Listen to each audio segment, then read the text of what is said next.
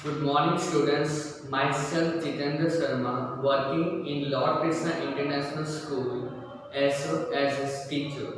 Today, we will start chapter number 1 in class 6, which names is Sources of History. Can anyone tell me what is the meaning of sources? Sources मतलब हमें कहाँ से जानकारी मिल रही है, किसकी जानकारी मिल रही है? हिस्ट्री की जानकारी। तो अगर आपको हिस्ट्री की जानकारी चाहिए तो आप कैसे ढूंढोगे उसे?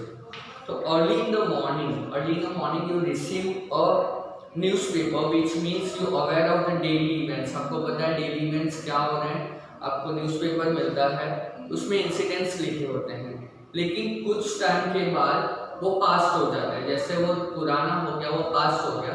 और same situation if occur in the future also, अगर फ्यूचर में वैसी सेम सिचुएशन ऑकर होती है तो हम हमारे पास्ट को भी रिवाइव करते हैं, वापस से उसको देखने की कोशिश करते हैं कि उस टाइम पे भी ऐसा हुआ था और आज भी ऐसा हुआ है।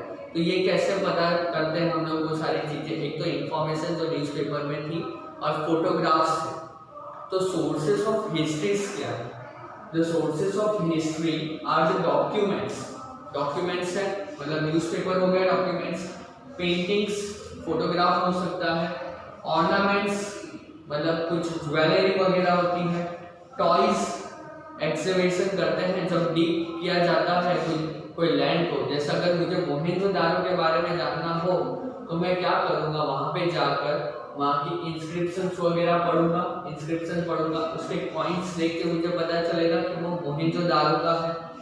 टॉयज वहाँ के कैसे थे? तो मुझे अगर अर्ली सेंचुरीज के बारे में जानना हो कि पहले के ह्यूमंस कितने सेटल थे और क्या करते थे, किस प्रोसेस से करते थे, तो मुझे सोर्सेस ऑफ हिस्ट्रीज देखने पड़ेंगे। इंस्क्रिप्शन है, भोजपत्रास, मेटल प्लेट्स, ओल्ड बिल्डिंग्स जो होती हैं उसपे से मुझे पता चलेगा कि बिल्डिंग का फॉर्मेशन कैसा है, तो उनका दिमाग कैसा चलता होगा। टेम्पल्स देखे होंगे आपने, क्योंकि ऐसे इम्पॉसिबल को भी पॉसिबल करने की हिस्ट्री है हमारे मतलब कल्चर में। टेम्पल्स बहुत यूनिक फॉर्म हुआ है। एंड ट्रैवलॉग, आपने देखा होगा कि कोई पर्सन कहीं ट्रैवल करता है तो अपने ट्रैवलॉग लिखता है, मतलब वो वहाँ गया है तो वो वहाँ की डिटेल लिखेगा। जैसे बहुत सारे इंडियन किंग थे, उनके वहाँ पर फॉरेनर्स ट्रैवलर्स आए जो वहाँ पर कुछ दिनों तक रह कर और उसकी सारी इंफॉर्मेशन अपने जो अकाउंट्स होते हैं, मतलब अपने जो बुक्स होते हैं उसमें लिखते हैं और फिर वो वापस चले जाते हैं और वहाँ से कुछ सीख के जाते हैं कि वो अपने किंग को बताएंगे कि मैंने वहाँ पे इतना अच्छा देखा। तो आपको पता ही है कि हमारी हिस्ट्री कैसी है, we are the golden bird, हम गोल्डन बर्ड थे। तो गोल्डन बर्ड्स क्योंकि बिकॉज ऑफ ऐसा नहीं कि हम अमीर बहुत थे, हमारे पास कल्चरल जो है, हमारा कल्चर जो है वो भी बहुत रिच था, तो इसलिए उसे गोल्डन बर्ड कहा गया है। अब न्यूज़पेपर से आपको हिस्ट्री मिल जाएगी लेकिन कुछ दिनों पहले की, लेकिन अगर आप मुझे कुछ 3000 ईयर अगो क्या हुआ था वो जानना हो तो मैं क्या करूँगा, मैं इंस्क्रिप्शंस देखूंगा, उसमें लिखा होगा, डिटेल लिखा होगा। जैसे कि अगर हम लोग कुछ नेचुरल जो हेरिटेज प्लेस है वहाँ पर जाएं तो वहाँ पर इंस्क्रिप्शन लिखा होता है, मतलब इंस्क्रिप्शन का meaning stone inscription, the writing which are carved on stone, stone के ऊपर लिखा गया होता है। आपने देखा होगा, कोई भी आपने टेम्पल विजिट किया होगा या तो कोई आर्कियोलॉजिकल साइट आपने विजिट की होगी तो वहाँ पर आपको मिला होगा कि स्टोन के ऊपर कुछ लिखा हुआ है, मतलब वो इंफॉर्मेशन दे रहा है उस बिल्डिंग के बारे में, उस स्टैचू के बारे में। तो ये सारी चीज़ें हमें कहाँ से पता चलती है? Because of the inscription. जब आप आर्टिकल्स कलेक्ट करते हो, फोटोग्राफ्स लेते हो, पिक्चर्स लेते हो पेंटिंग की, तो इससे हम लोग इंफॉर्मेशन गैदर कर सकते हैं हमारी हिस्टोरिकल चीज़ों की। अब जो ओल्ड पेंटिंग्स है, फोटोग्राफ्स है, कॉइन्स है, स्टैम्प्स है और जो रिटन इंफॉर्मेशन है, वो सारी चीज़ें हमें मिलती हैं। This treasure of information was passed on to us by earlier generation. In December 2000, most of the newspaper had published various articles and photograph on an incident event of the 20th century which become famous as the Millennium Gallery. अब जैसे अगर कुछ हुआ था past में, same ऐसा हुआ था, जैसे अर्थक्वेक आया तो पास्ट में कुछ 20 साल पहले सेम ऐसा ही अर्थक्वेक आया था और ऐसा ही डिजास्टर हुआ था, तो सिमिलरली उसको उसके साथ कंपेयर किया जाएगा कि उस टाइम में कितना डिस्ट्रक्शन हुआ था और कितना लॉस हुआ था लाइफ का, कितना कॉस्ट लगा था सारी चीज़ों का रीडेवलप करने के लिए। और अभी सेम चीज़ है, वही चीज़ है, पॉपुलेशन बढ़ चुकी है, तो ये सारी चीज़ें वापस से हुई है और कितना डिस्ट्रक्शन अभी हुआ है, तो वो सारी चीज़ों को कंपेयर किया जाता है। तो ये कंपैरिजन हम कैसे करते हैं, क्योंकि हमारे पास हिस्ट्री के सोर्सेस, अगर सोर्सेस ही नहीं होंगे तो हम कंपेयर ही नहीं कर पाएंगे। You are aware of the incident and personality of the 20th century from an article and photograph. Since our history is very ancient, we are always eager to know what people were eating and wearing, in how they lived and in what types of houses and the activity that were a part of their daily life. Let us gather correct information from the reliable sources. अब आपने देखा होगा कि कुछ incidents हुए थे, जैसे मैंने मोहनजोदारो का बोला, मोहनजोदारो जो सिंध जो है वहाँ पर है, पाकिस्तान में है अभी वो, तो उसके बारे में अगर मुझे जानना हो तो मैं कैसे जानूंगा, वहाँ के कॉइन्स मुझे पता करने पड़ेंगे, वहाँ पे जो मेटल प्लेट्स लगी होगी, इंस्क्रिप्शन होगा, मे बी वहाँ पे कोई ट्रैवलर्स गया होगा, उसने अपने अकाउंट में कहीं ना कहीं लिखा होगा, कोई बुक में, कोई लाइब्रेरी में वो रखी होगी। तो ये सारी चीज़ों के बारे में, क्योंकि हमें हमेशा ये होता है कि पास्ट में क्या हुआ था, हमारे जो एंशिएंटर्स है उन्होंने क्या क्या किया था, मतलब हम जो बोलते हैं गोल्डन बर्ड है, ये है, वो है, तो कौन से मतलब रिचफुल थे, उसकी किस चीज़ में रिचफुल थे, वो हमें जानना होता था। तो हम वो सारी चीज़ें कैसे जानते थे, सोर्सेस ऑफ हिस्ट्री से।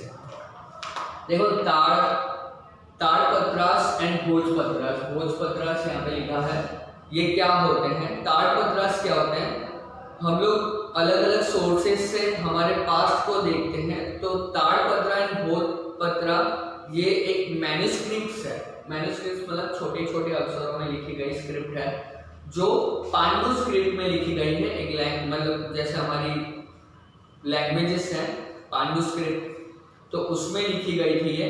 और भोजपत्रा, उसे क्यों भोजपत्रा कहा गया, क्योंकि वो बार्क ऑफ अ ट्री से बनी है जिसका नाम है भोज, मतलब वो पत्रा किसका, पत्र मतलब पत्रस, पहले के टाइम पे पत्रा देते थे, कि लेटर लिख के देते थे, तो भोजपत्रस मतलब उसमें हमारे एंशिएंट चीज़ों के बारे में लिखा गया है। और आपको पता ही है कि पहले के टाइम पे पेपर्स वगैरह फॉर्म नहीं होते थे, चाइना ने इन्वेंशन किया है कुछ 300-400 साल पहले, लेकिन उससे पहले लोग कैसे करते थे, या तो लीव्स पे लिखते थे, तो लीव्स में भी ड्राई हो जाएंगे तो खराब हो जाएंगे, तो वो बार्क ऑफ ट्री पे लिखते थे जिससे कि वो जल्दी खराब ना हो। लेकिन जो ये पांडु मैन्युस्क्रिप्ट्स है वो डिस्ट्रॉय हो गए बिकॉज ऑफ इंसेक्ट्स, क्योंकि वुड का बना हुआ है तो इंसेक्ट्स उसे खा गए।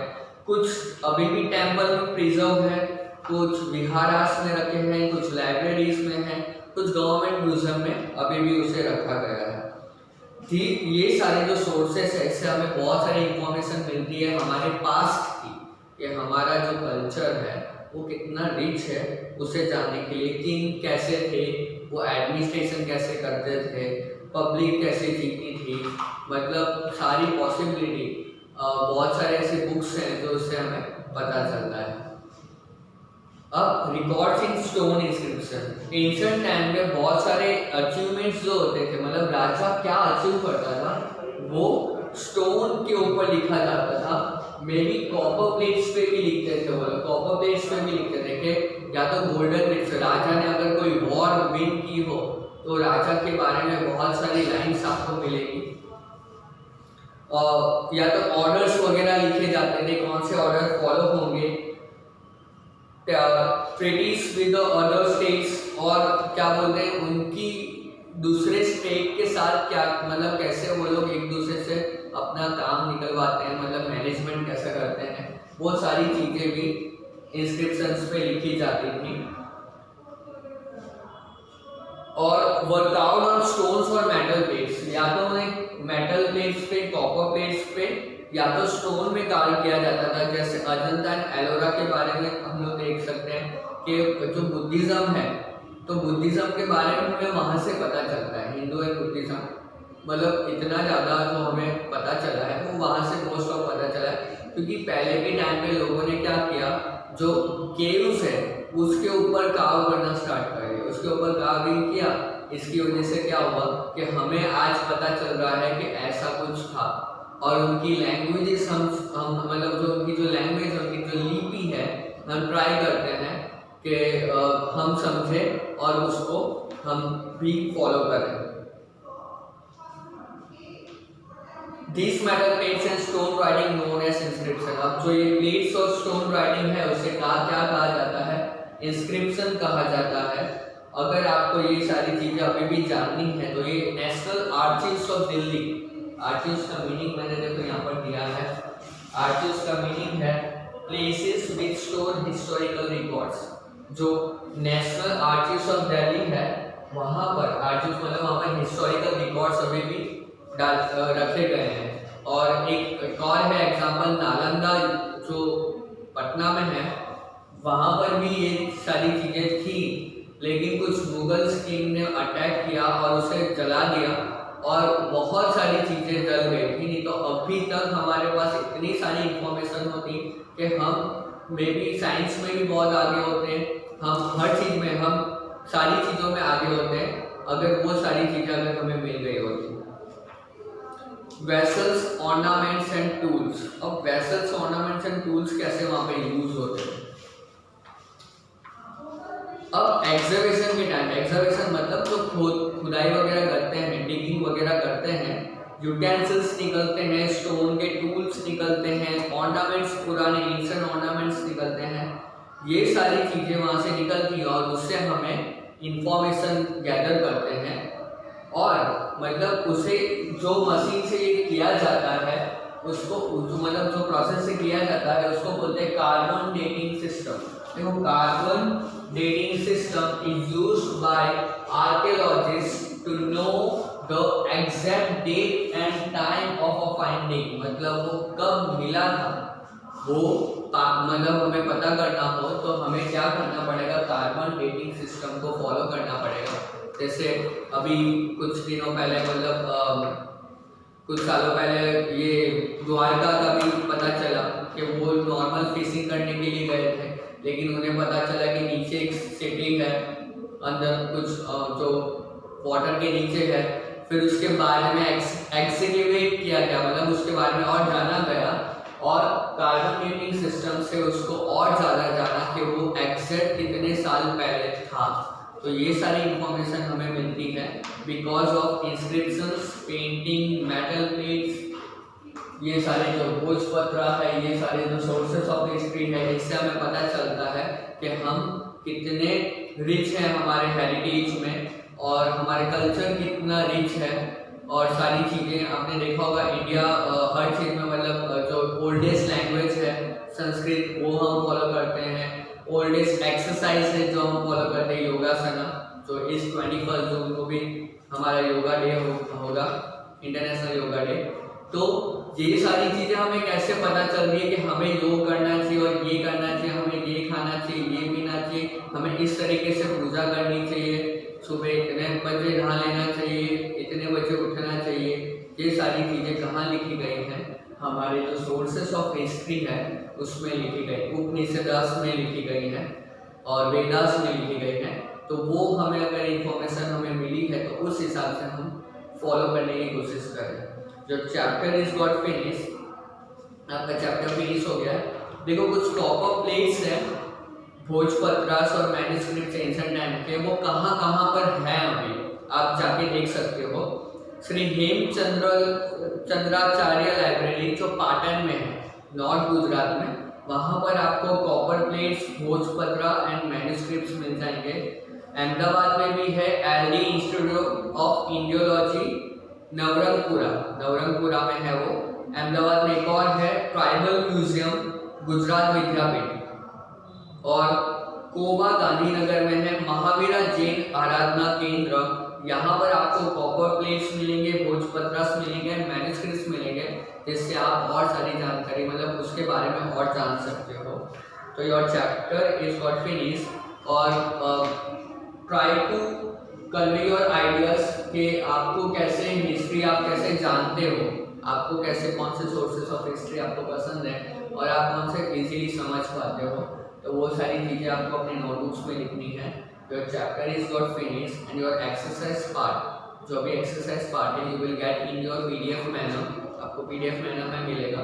Need to complete your work in neat and clean hand writing. Neat and clean hand writing में आपको लिखना है और उसको next day we will get back to you, मतलब आपसे वापस ले लेंगे वो सारी चीज़ें।